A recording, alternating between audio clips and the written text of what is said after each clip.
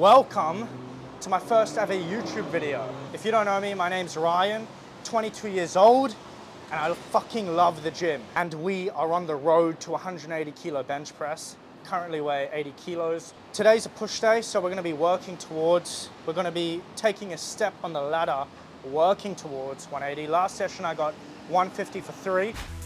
I wanna kiss you, but if I do, then I might miss you, babe. So this session we're gonna look to improve that, although I am a wee bit stiff. Anyway, without further ado, let's get our pre-workout drink and we'll get into it from there.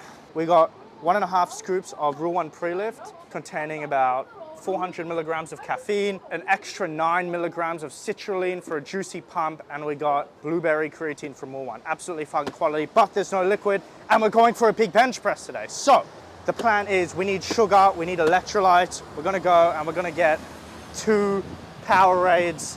What are the options? Okay, we got Prime for $9, which is an absolute rip-off. What the fuck? It's like $9. That's like, you get 2 toasted cheeses for that. Buy a 500 gram pack of extra lean ground beef at Coles for that. Anyway, oh, what's this? Blue tongue. I love myself a blue tongue. I think it's maybe a protein shake. Low key, actually, like, I'm not gonna have this now, but if you actually look, it's got 83 calories for 20 grams of protein. This is a fucking hack. And it says blue tongue, and as I said, I love myself a blue tongue. If this tastes good, then that's, well, there you go. $10 fucking. Okay, well, surely they gotta have some sugar-free. You get the Monster. No, I need the electrolytes. Oh, I've got the caffeine already. I may just go for like 2 full sugar grapes then. What's it? 150 calories per each, 300 calories, I can afford that. I'm bulking. Just these 2, thank you. We've got 300 calories here, and it's pure sugar. Why am I having 2 Gatorades? Because it's as simple as, it's quick energy. Sugar, quick energy, I'm bench pressing, and I love myself a fucking heavy bench press. So, taste test. It's phenomenal, as it would be. It's, I got the, what's it called? The snow cone flavored Rule 1. So that's quality. Obviously, grape's the best Gatorade flavor. I'm gonna sip this, and I'll see you on the bench. I wanna drink this before I even start warming up for bench press, because this will take like 30 minutes to hit. I don't want to finish it like as I'm about to hit my top set and then it hasn't like fully kicked in. Like by the time it's my top set, I want to be tweaking. I want to be like face tingling, like mouth bubbling type vibes. Like can't focus on anything else, and the only thing that can keep me locked in is loud music and lifting heavy weight. That's kind of where I want to be come my top set of the bench press. Like I'm not going to be sober. There's no point standing around. We'll only be showered by more boulders. Ready your horses on the double. Be honest. Are all of us riding to our deaths? Yes, we are. And since we're dying anyway, you're saying that it's better if we at least die fighting? I am. But wait, if we'll die anyway, then who cares what we do? We could just disobey your orders, and it wouldn't mean a thing. My chest is like dead ass stiff, like right here. I can feel it every time I go down and up. Everything that you thought had meaning, every hope, dream, or I'm moment of cooking on happiness, pre right now. none So of it I'm locked matters in. as you lie bleeding out on the battlefield. None of it Four changes reps would what a be so speeding sick. rock does to a body. It would be so We sick. all die. All right, so just to let you know what's happening. Does that mean I'm our going for lives are 150 meaningless? kilos. Does that mean that there You'll was just no hop with the point in lift our up, being born? and then I'll clearly signal You say if that of our slain I'm not comrades? able to get it. But just hop with the About lift their up, lives? and otherwise Were leave they it to me. meaningless? They were not! Their memory serves as an example to us all! The courageous fallen, the anguished fallen. Their lives have meaning because we, the living, refuse to forget them. And as we ride to certain death, we trust our successors to do the same for us. Because my soldiers do not buckle or yield when faced with the cruelty of this world. My soldiers push forward. My soldiers scream out. My soldiers rage!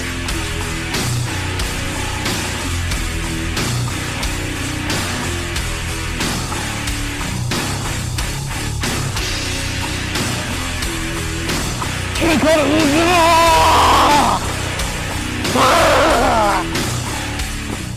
got 4 and my chest is fucking stiff. I know I could, bro, that was easy as fuck. That last rep, I had some hesitation in me because like my chest was about to fucking pop.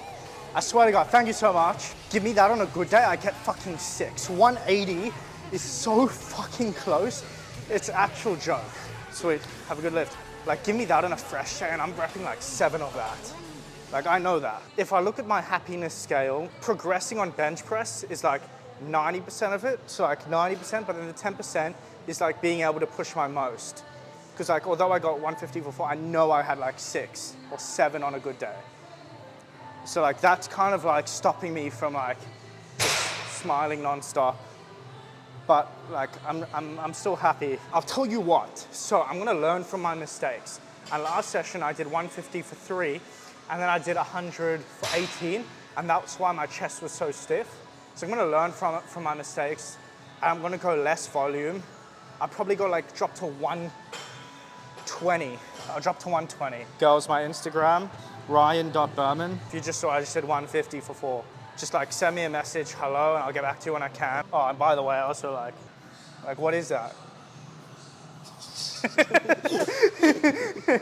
People drink and people like do drugs and shit. For me, all of my happiness, well, like most of my happiness stems from progressing in the gym. Like people like drink on a Saturday night. Like, bro, as long as I progress on my bench press, fuck me. Like I don't need any drugs. I mean, I don't drink or take drugs anyway, but it's a different type of dopamine. And I think once you start to feel that like really big dopamine hit from like going into the gym and progressing your lift session on session, that's when you know you're gonna see long-term results. I mean, I feel like if you gym and you're like not that, and you don't think about like progressive overloading, you're just like going to gym to perform sets and reps. Whereas when I come to the gym, I come in with intention. When you come in with intention and you achieve your goal, because if you have intention, you have a goal, and when you achieve your goal, it just makes it that much more enjoyable.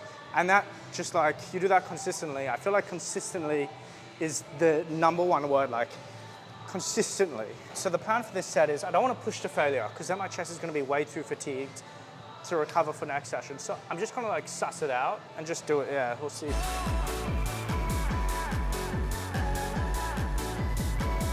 Bench press, wrapping up the day with 150 for 4 and 120 for 5. I am counting that as a success. We progressed on our top set. Last week we did 100 for 18. This week we did 120 for 5. I don't really give a fuck about my second set, to be honest. It's just about bench pressing more. I'm happy. Giving that a 10 out of 10. On to next session. I want 150 for 6 or 7. I know I can. So triceps, I mean, I don't know why people overcomplicate triceps. I literally just chill on the cable machine for like 10 minutes and that's it. So I'm gonna do 2 sets of push downs like this. Then I'm gonna do 2 sets of overhead extensions. And people like to go up, I like to go down. So I'll go like that and like that. And you know you have a good set when you're already like a little bit pumped after it. You can see my triceps were not looking like that 30 seconds before.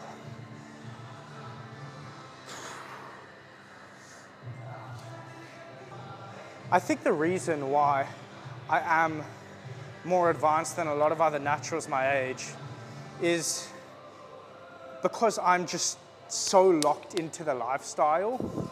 I'm serious. It's like I do nothing crazy in terms of my strength and my physique progress. All I do every day, and the key word is every day. It's like, it's not 5 days a week, it's not 6 days a week, it's every day for years. I eat 200 to 300 grams of protein, and I know people will say, oh, that's too much, you don't need that much, because I weigh 80 kilos, but I fucking enjoy eating protein. Anyway, so that's the first thing I do. Second thing I do every day is I get 10,000 steps minimum. And maybe that doesn't have direct correlation to gaining muscle or having a good physique, but I think it's also the mentality of doing the 10,000 steps, because once you tick that box, then it's easier to tick other boxes.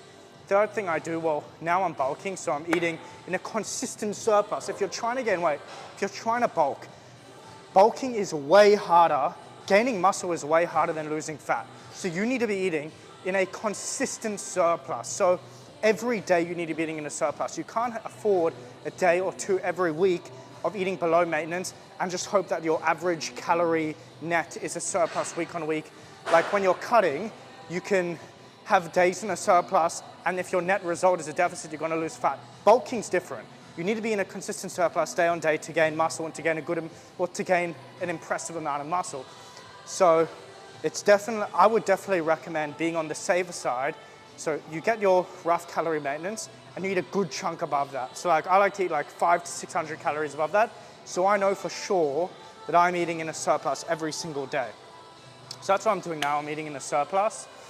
But when I'm cutting, I'm obviously eating in a deficit. And then I'll go to gym maybe 4 to 5 times a week.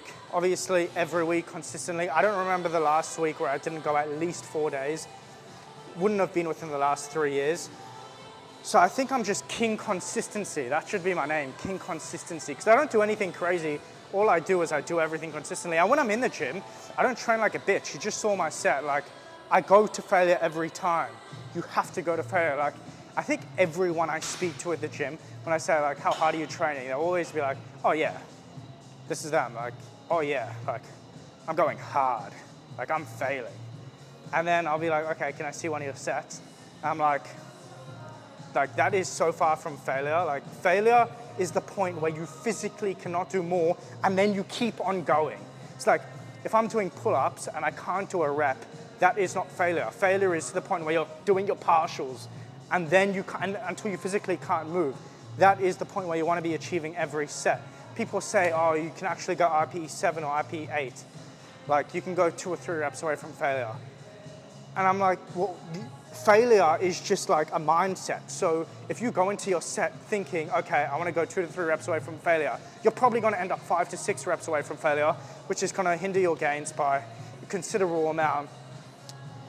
So I would just say the safest bet is to go into every set thinking that your goal is failure, because realistically, you're probably going to end like 2 or 3 reps away from failure. The average lifter will probably end up 2 or 3 reps away from failure when they're trying to achieve failure.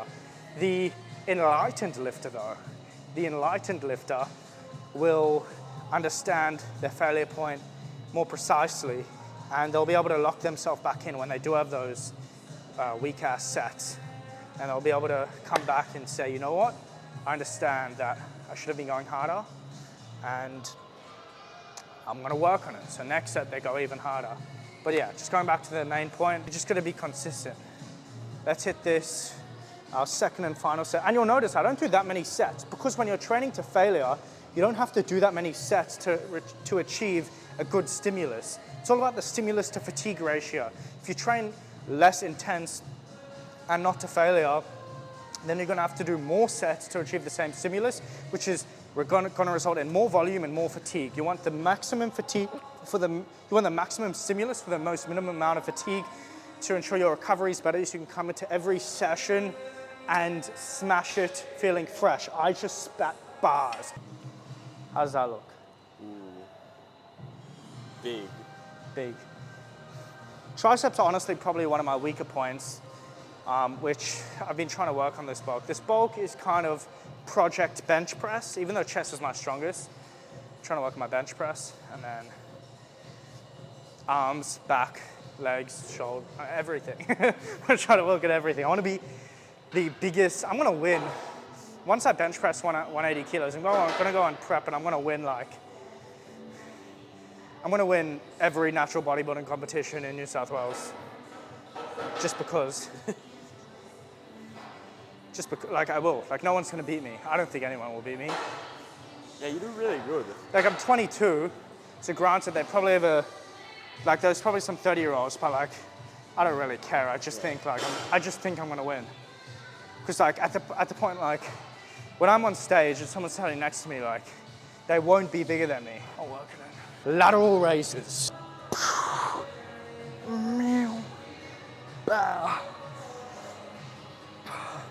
Fuck, that feels clean.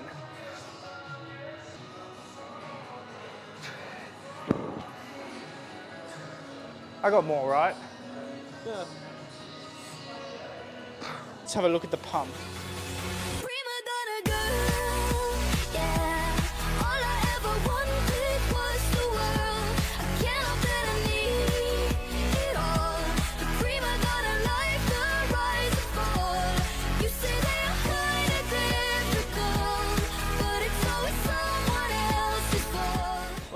it up here. I hope you guys learned something out of the video. So, I mean, obviously that's why I'm making it. I want to be entertaining, but also providing some sort of value to you. Because I'm going to keep pumping out YouTube videos. We're going to go for 1 a week, maybe 2 a week. But if you do want to see more of me, there's my Instagram. And yeah, you can follow me there. I post daily stories and everything. So I'll see you then. Peace.